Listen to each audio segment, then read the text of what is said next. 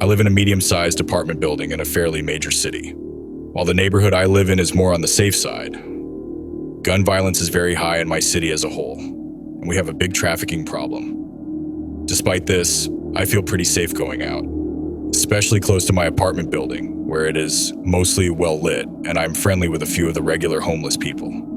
Last night, I got a reminder that my safety isn't guaranteed, and I have been pretty shaken since. Last night around 12 a.m., I asked my partner if he wanted to share a joint with me. When he declined, I locked the apartment and went downstairs myself.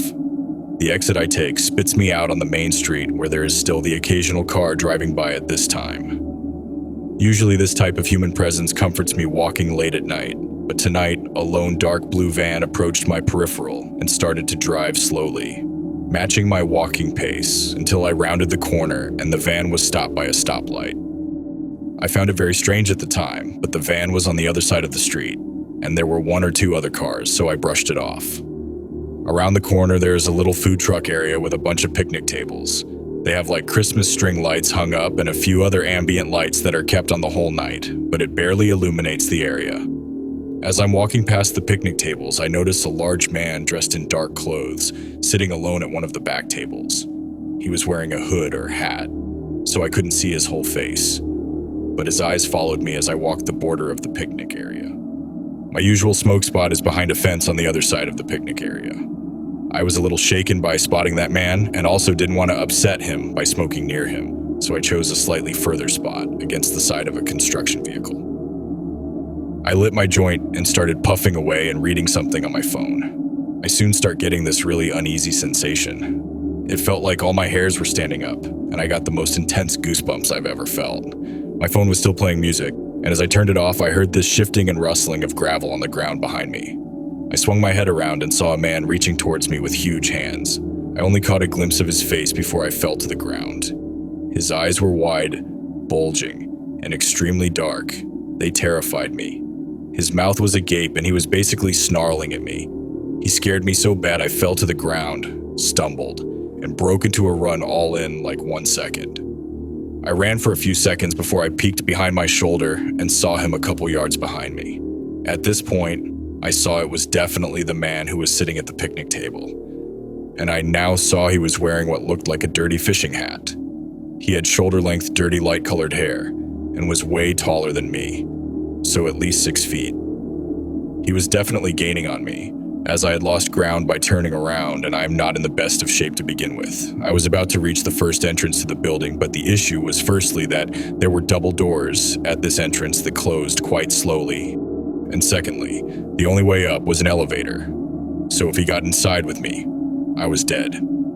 I kept running, taking my chances with my running ability versus my quickly opening doors ability.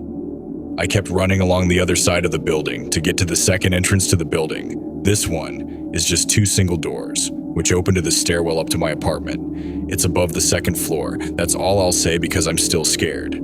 As I'm nearing this entrance, I see another man who appears to be speed walking directly towards me from the opposite direction. I should note that throughout this, I have been hearing the growling or snarling of the first guy behind me, and as the second man gets closer, I hear he is also growling.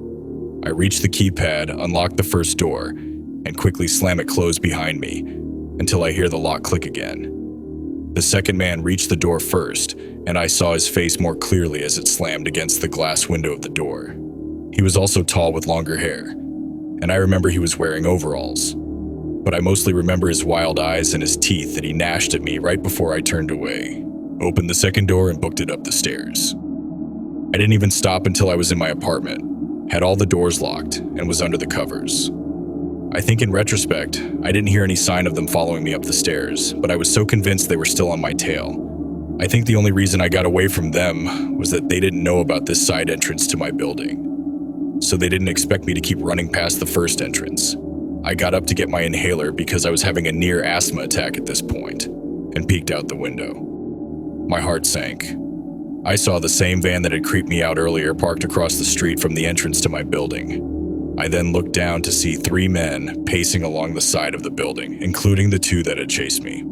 I ducked down, fearing they would see me. A few minutes later, they start shining flashlights into the windows of apartments. At first, I think, of course, It's only my apartment, but after a while, it's clear they're just searching for me. At this point, I tried to call my building manager to let him know about the situation, and he sent out a text alert to our building list. I was so paranoid. Another innocent person would be accosted by them, so I called the police. They told me they were on their way and to stay out of the window in case they were armed. A few minutes later, the men are spooked by a faraway police siren and get in the van and peel away. I think it was from a different 911 call, though, because when the officer arrived at our building, the siren wasn't on. I spent a long, sleepless night thinking they'd come back, but they never did. Definitely going to avoid being alone at night from now on. I asked one of the homeless guys I am friendly with if he saw anything suspicious last night, but he said he hadn't. They couldn't have been residents because they didn't leave after management sent that alert to us. The part that sticks with me the most is the growling and intense look in both their eyes. I don't know if they were on drugs or what. They never said any words to me or each other. Haven't heard any updates from the cops, but it's only been a few hours, and they didn't seem that interested in my statement as the van had disappeared when they left. To the two men who growled at me and chased me into my apartment, let's not meet again.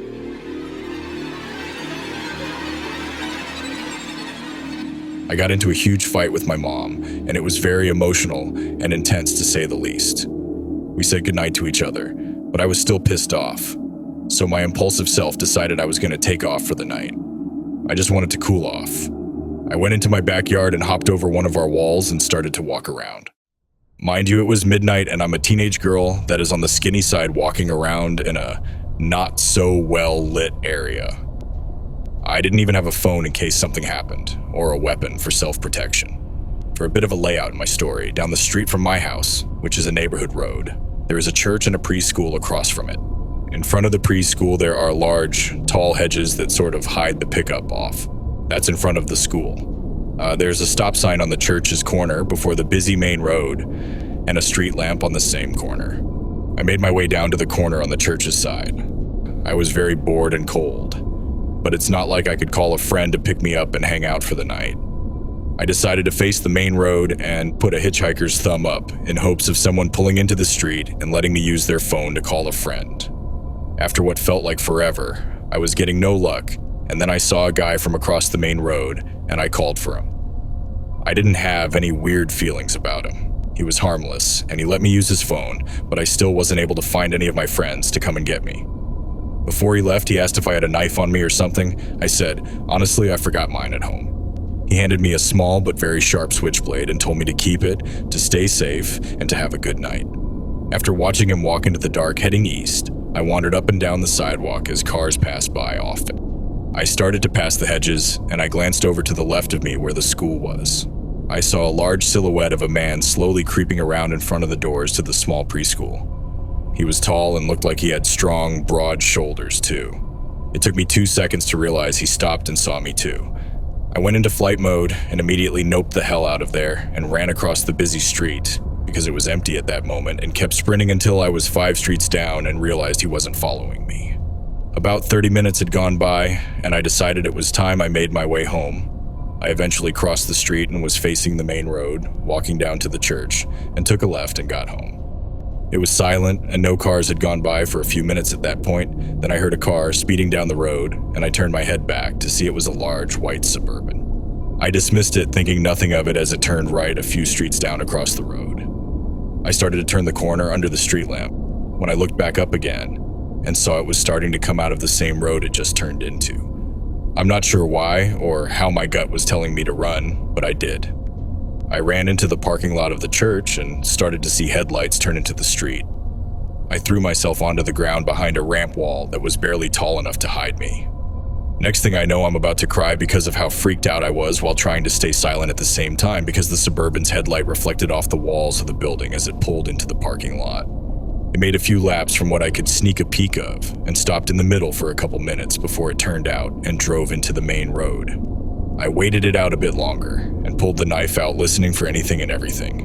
Once I realized I was probably in the clear, I ran back home. Not sure what exactly was going on, but to whoever they were, let's not meet.